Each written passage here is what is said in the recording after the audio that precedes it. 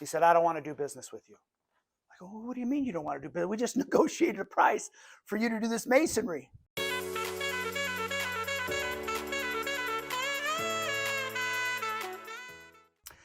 I was building a subdivision in 1998, into 1998, into 1999 in San Jose, California. I'd taken over the subdivision. It was originally started as a manufactured home subdivision, multi-story. So it was four boxes, they called them. So 4 floors, and then we'd build a garage on site. And I took over the project and I eliminated the manufactured homes and switched it to stick-built.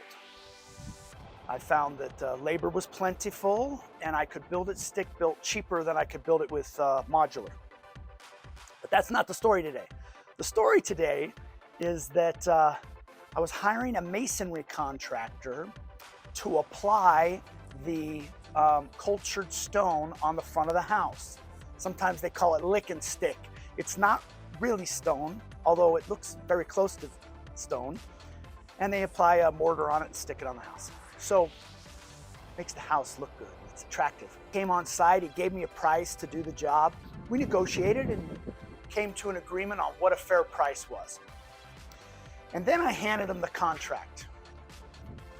And the contractor literally waited. He said, I don't want to do business with you. I go, well, what do you mean you don't want to do business? We just negotiated a price for you to do this masonry. He said, a contract's too thick. I don't want to do business. Oh my goodness. So I go back to the main office and I talk to the attorney. His name was George. I said, George, you got to make this contract thinner. I said, we need LightArmor. George liked to use 12-point font. I said, George, make it 10 or 11-point font and reduce it and give me LightArmor.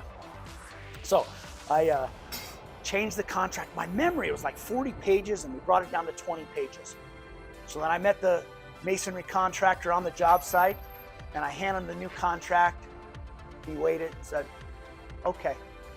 He never read a page, flipped the last page, signed it, and we were on our way. So he had faith in us that we weren't going to try and take advantage of him, and that thick contract was not instilling a confidence in him. It's a little bit like the story of David and Goliath. So the story of David and Goliath,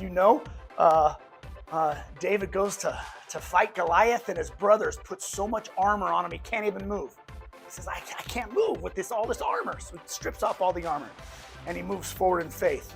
Well, building a subdivision is a little like that. You do need armor. You need LightArmor, but you can't overburden yourself with every possible contingency. LightArmor, and then move forward in confidence and faith that your subcontractors are going to perform. Don't pay them in advance too far. Don't want to do that. You never pay a contractor in advance. You make sure if they've done 50% of the work, you've given them 40%. When they do 100% of the work, you still owe them some. That's just the way it is. So that's the story for today.